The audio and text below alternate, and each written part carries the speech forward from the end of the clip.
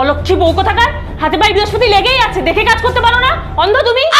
মাসিমা দেখো কত বড় টিকটিকি। কই কই কই,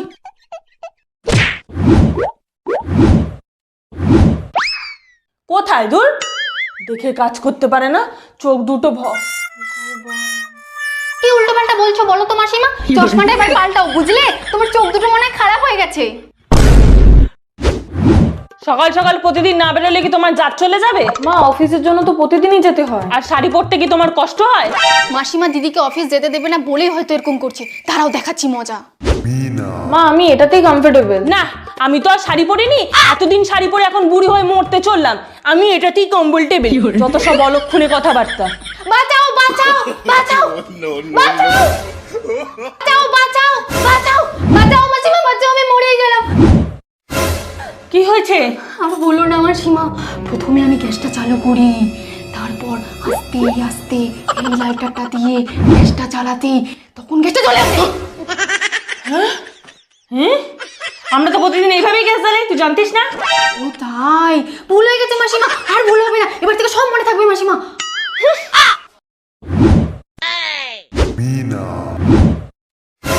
বৌমা এই ফাঁকে অফিস চলে গেল। সব হয়েছে এই মুখ পুরি কাজের মেয়েটার জন্য। আমার সাথে শয়তানি। আজকে এমন একটা প্ল্যান করেছি, ছেলে আসুক, তারপরে দুজনেই শিক্ষা পাবে।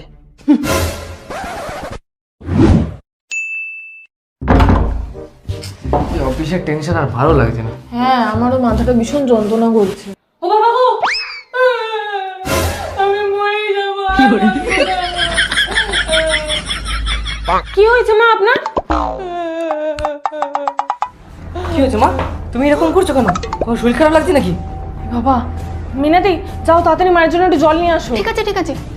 থাক, সারাদিন ওষুধ পালা কিচ্ছু পেটে পড়েনি, কি করে আর শরীর ভালো থাকবে বল বাবা?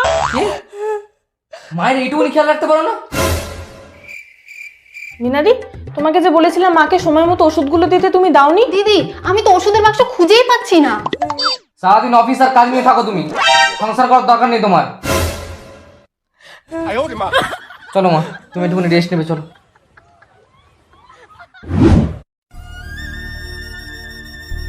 দেখেছো মিনাদি, এই বাড়িতে সুখ শান্তি বলে কিছু আছে বলো?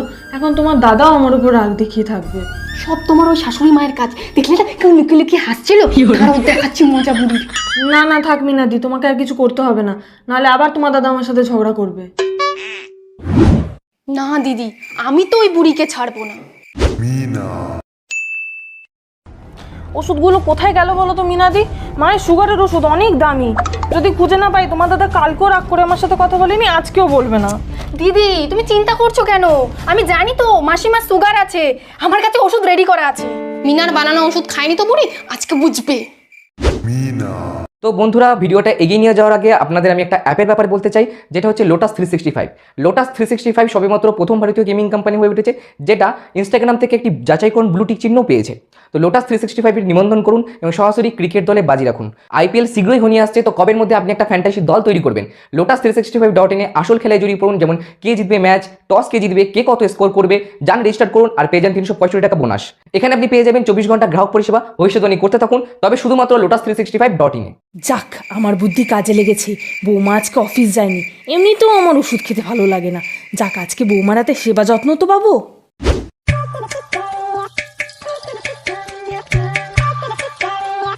এই নিন মা, খাবারটা খেয়ে নিন। দাঁড়াও দিদি, মাসিমাকে ওষুধ দিতে হবে না? এই নাও মাসিমা, আয়ুর্বেদিক ওষুধ খেয়ে নাও। না, আমি ওসব ওষুধ খাবো না। দিদি, ফোনটা বের করে ভিডিও করো তো, দাদাকে দেখাতে হবে না যে মাসিমা নিজেই ওষুধ খেতে চায় না। ঠিক আছে, দাও, আমি খাচ্ছি।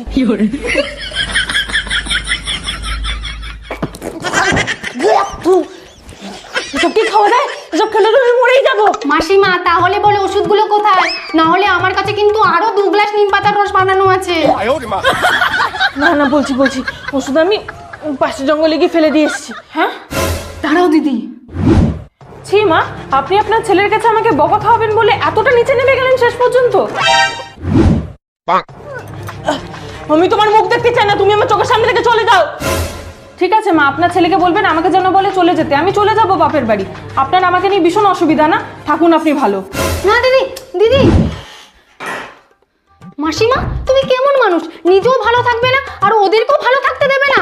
চুপ কর, খালি বড় বড় কথা। কাজের মেয়ের মতো থাকবি, নাহলে বাড়ি থেকে ঘাড় ধাক্কা দিয়ে বার করে দেবো। ছেলে অসুখ আজকে।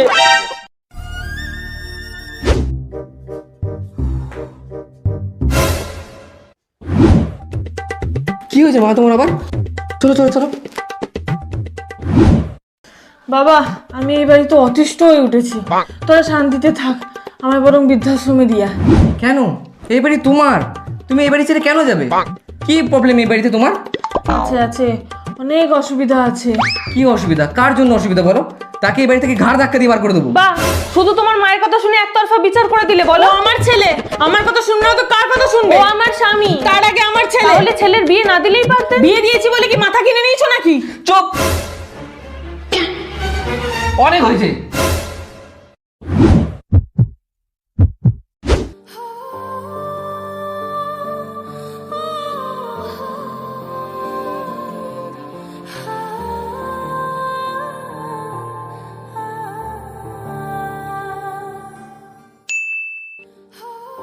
অফিসের কতগুলো কাজ পেন্ডিং পড়ে আছে, এদিকে বাড়ির ঝামেলা, তোত আর ভালো লাগছে না।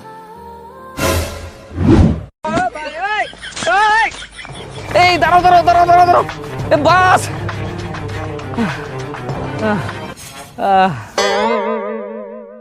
বিজয়, একটু আমার কেবিনে আসো তো। May I come in sir? আসো। তুমি তো একই অফিসে দেরি করে আসছো, তার মধ্যে স্যার প্লিজ আজকে কিছু বলবেন না, যা বলার আছে আপনি লিখে দিন।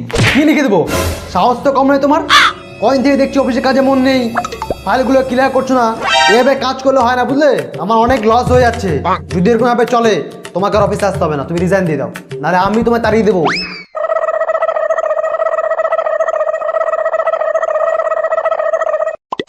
চুপ শালা বুড্ডা, তুই মরে গেলে টাকা কি ছাড়িতে করে উপরে নিয়ে যাবি? আমার পার্সোনাল লাইফ নেই, আমার প্রবলেম নেই, আমি মানুষ না মেশিন। তোকে কি বলছি, তো দুবার ডিভোর্স হয়ে গেছে। অফিসে পেছন ফাটা কাজ করে যখন বাড়ি ফিরি, তখন ভাবি বইয়ের হাতে একটু ভালো মন্দ খাবো, একটু বইয়ের ভালোবাসা পাবো। সারা দেখি ঝগড়া করে কারোর মুখ ফুলে হাড়ি হয়ে রয়েছে, কারোর পেছন ফুলে গামলার হয়ে রয়েছে, কোথাও শান্তি নেই। তাও চুপ থেকে কোনো রকম দুটো গিলে চুপচাপ শুয়ে পড়ি। ভাবি অফিসে গিয়ে বন্ধুদের সঙ্গে চা খেতে খেতে দুটো মনের দুঃখের কথা শেয়ার করবো। সালা সেখানেও কেউ কারো কথা শুনতে চায় না। সবার প্রবলেম সবার থেকে বড়, কারো বউ পালিয়ে গেছে, কারো ডিভোর্স হয়ে গেছে, কারো লাভ ম্যারেজ, বাড়িতে মানতে চাইছে না। সালা ছোটবেলায় মায়ের ভালোবাসা আর বড় হয়ে গার্লফ্রেন্ডের ভালোবাসা ভীষণ মজা লাগে, কিন্তু বিয়ের পর যখন এই দুই ভালোবাসা ক্লাস খাবে না পারমাণবিক বোমার মতো, তখন সালা বুঝবি কত ধানে কত চাল। হিরোসীমা গাছটা খেতে যেমন বিস্ফোরণের পর ঘাস গজায়নি, ঠিক তেমন বিয়ের পর জীবনে এত বিস্ফোরণ হবে যে পরের জন্ম পর্যন্ত তোর ওখানে গজাতেও ভয় পাবে। আর তুই আমাকে চাকরি থেকে বার করবি না?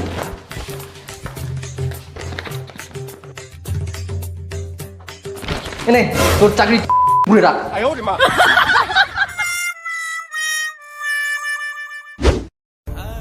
চাকরিটাও চলে গেল, বাড়িতেও এত ঝামেলা। তুত এরম করে আর কদিন চলা যায়?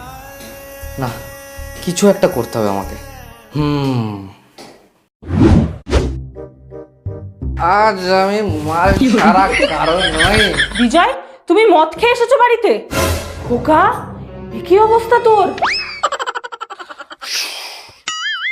বেশ করেছি খেয়েছি। পাড়ার লোকেরা জানলে কি বলবে? চলো ঘরে চলো।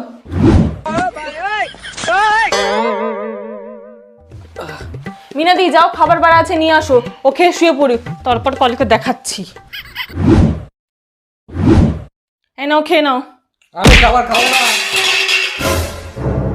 মদ দাও, মদ। আজ থেকে প্রতিদিন এই মদ খাবো। প্রতিদিন খাবে? আজ থেকে তোমার বাইরে বেরোনোই বন্ধ। এক থাপ্পড় মারবো। তোর বাপের টাকা মদ খাচ্ছি। তুমি আমাকে মারলে? যা, বাপের বাড়ি চলে যা। দাদা এরকম করো না, লোকেরা নিন্দা করবে, বাড়ির বদনাম হবে। হয়ে যাক, পাড়ার সবাইকে আমি বলে বেড়াবো যে আমার মা, আমি আর বউ তিনজনে মদ খেয়ে ঝগড়া করি। মিস্টেক, মদ শুধু আমি খাই, ঝগড়া সবাই মিলে করি।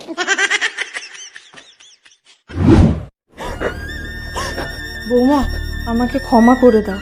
আমার খোকার উপর অহংকার ছিল, কিন্তু ও যে মদ খেয়ে সে এরকম করবে আমি কখনো ভাবতে পারিনি। আমাদের বাড়ির একটা নাম আছে, এখন পাড়া সকলের কাছে আমাদের নাক কাটা যাবে। তুমি কিছু করো বৌমা, আমি আর তোমার সাথে কখনো ঝগড়া করব না। না না মা, আমিও তো আপনার সাথে ঝগড়া করি, কিন্তু ওকে আমাদের দুজনকে একসাথে সামলাতে হবে। এটা তো আমাদের বাড়ির সম্মানের ব্যাপার। হ্যাঁ মা, তুমি ঠিকই বলেছো, আমাদেরকে একসাথেই সামলাতে হবে।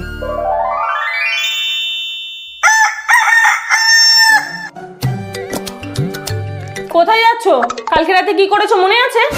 ছি বাবু, তুই এই শিক্ষা পেয়েছিস? তোমাকে আমার হাজবেন্ড বলতে ঘৃণা হচ্ছে। তুই বৌমাকে কালকে বলছিলি না বাপের বাড়ি পাঠানোর কথা? তুই বৌমাকে বাপের বাড়ি পাঠানোর কে? তুই এই বাড়ি থেকে বেরিয়ে যা। কি উল্টোপাল্টা বলছো তোমরা দাদাকে? মিনাদি না, না দাদা দাঁড়াও, তোমরা ঝগড়া করছিলে বলে দাদা তোমাদের মিল করানোর জন্য এরকম করেছে কালকে।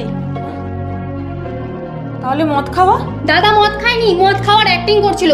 দাদা আগেই আমাকে প্ল্যান করে বলে দিয়েছিল যে পাড়ার লোকের ভয় দেখাতে, তাই দাদা মদ খাওয়ার অ্যাক্টিং করে আর আমি পাড়ার লোকের ভয় দেখাই। তোমাদের জন্য দাদা না বাড়িতে শান্তি পাচ্ছে না অফিসে, তোমরা তোমাদের ঝগড়া নিয়েই পড়ে আছো।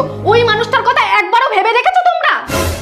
আমার ভুল হয়ে গেছে বাবা, আমরা আর কখনো ঝগড়া করব না। সরি, আমরা আর কখনো ঝগড়া করব না।